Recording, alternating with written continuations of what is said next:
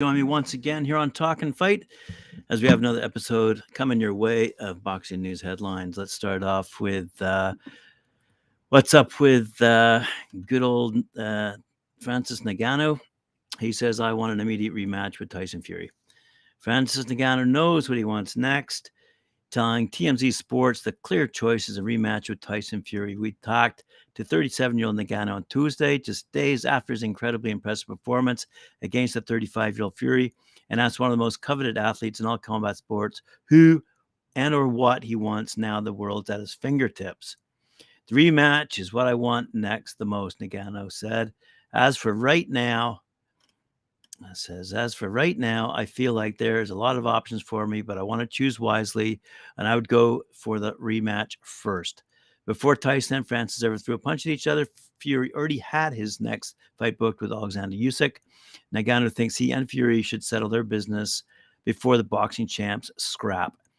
He said, my best scenario is boxing is to wait for Fury. If Usyk can step out and let me fight Fury, I'll fight Fury. Then I'll let them do whatever they will do.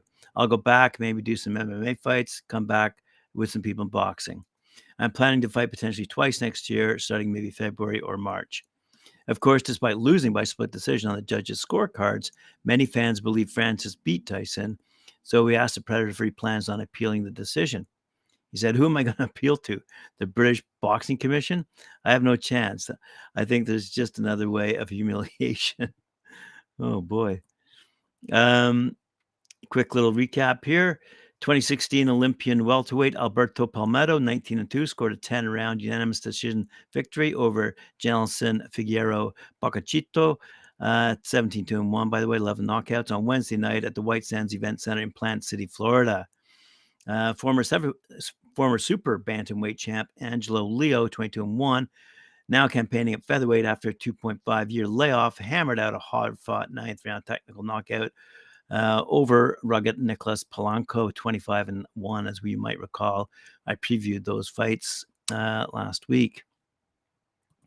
Elsewhere, we see that WBO champ Jason Mayhem Maloney, 26-2, will defend his WBO bantamweight world title against Mexican-American challenger Saul Sanchez, 20-2, on January 13th at the Videotron Center in Quebec City, Canada.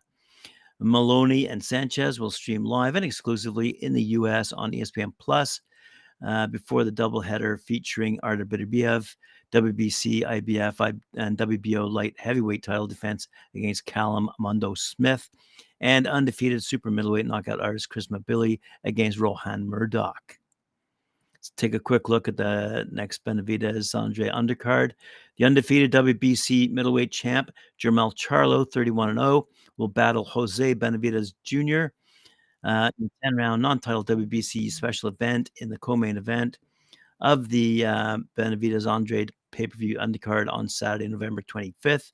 That's coming to us from the Michelob Ultra Light Arena at Mandalay Bay Resort and Casino in Las Vegas. You'll also see the IBF 140-pound world champ Subriel Matias, 19-1, 19 knockouts against unbeaten mandatory challenger Shojahan Ergavshev, 23-0, by the way, 20 knockouts, plus WBA super featherweight champ Hector Garcia, 16-1, against top-rated mandatory challenger Lamont Roach, 23-1-1 in the telecast opener.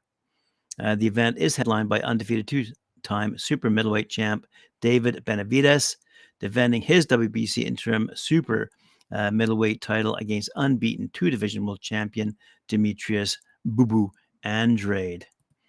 Also, I'm just going to quickly mention David Morrell Jr. has a fight coming up as well. According to Dan Ambrose over at BoxNews24.com, WBA regular super middleweight champ David Morrell Jr.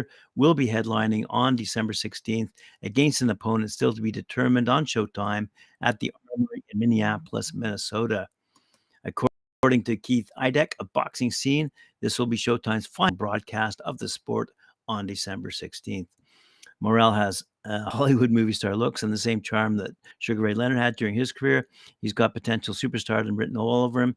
He just needs a breakthrough to land a fight with Canelo or a less popular guy like Benavidez, who doesn't appear willing to oblige him. Morrell is 9-0 with 8 knockouts. Recently called out David Benavidez, but he and his dad, Jose Sr., didn't want it. Many fans believe Benavidez got cold feet after watching what Morrell did to his last two opponents, Yamaguchi Fakwa and Adios Werbosnili. The way that Morrell defeated those two guys, he would give Benavidez massive problems and likely defeat him, catapulting himself into position immediately to go fight with Canelo. Let's have a quick look here. I thought there was a story on, as we all know, Mauricio Suleiman, WBC president, has named David Benavidez as a mandatory challenger for Saul Canelo Alvarez's undisputed super middleweight title. But David Benavidez understandably believes he should be the Canelo Alvarez's next opponent, next Terence Crawford, which is a lot of what the pundits have been suggesting.